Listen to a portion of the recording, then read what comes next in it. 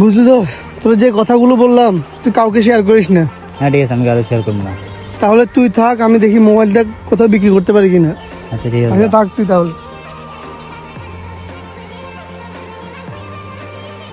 হ্যাঁ না না, আমি কালকের মধ্যে দিয়ে দিব, কালকের মধ্যে। হ্যাঁ হ্যাঁ, সমস্যা নাই। কিরে দোস্ত, কি অবস্থা? আচ্ছা পরে কথা বলি তোমার সাথে। হ্যাঁ ভালো। শুনলাম নাকি তোর ছোট ভাই অসুস্থ। তুই আমারে বলতি, আমি তোরে 10-15 হাজার টাকা এমনিতেই দিয়ে দিতাম। তুই তো জানিস 10-15 হাজার টাকা আমার কাছে কোনো বিষয়ই না। তোর এই কথাগুলো কে বলছে? কেউ বলা লাগে না, কথাগুলো হাওয়াতেই ভাইসা আসে। আচ্ছা বাদ দে, টাকা পয়সা লাগলে আমি এমনিতেই দিয়ে দেবো। না লাগবে না তোর হেল্প। তুই হেল্পের নামে এরকম অপমান না করলেও পারতি আমাকে। আচ্ছা তুই থাক, আমিই যাই। শালা টাকা পয়সা দিতে চাইলো পোলাপাইন গুলা ভুলবো তো।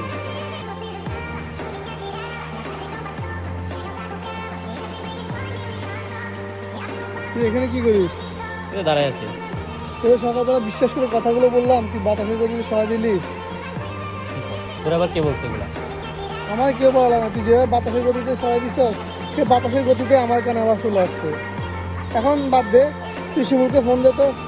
ফোন দিয়ে বল তুই রাস্তার মোড়ে অ্যাক্সিডেন্টে পড়ে আসস, তোরে গাড়ি নিয়ে আসার জন্য হেল্প করার জন্য বল। আমি বলতেছি।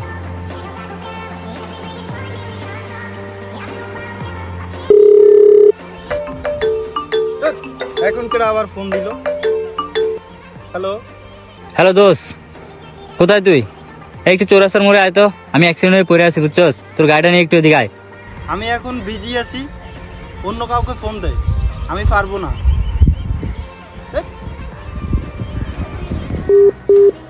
কিরে আসতেছে? না বেটা, ফোন কাটা দিচ্ছে, অনেক বিজি আছে ও।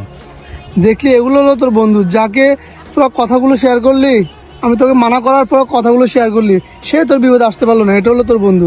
আর যে বন্ধুগুলো তোর বিপদে আপদে কাছে থাকে, তার কথা দাম দিলি না। বিশ্বাস করে তোকে একটা কথা বলছি, সে বিশ্বাসটা রাখতে পারলি না।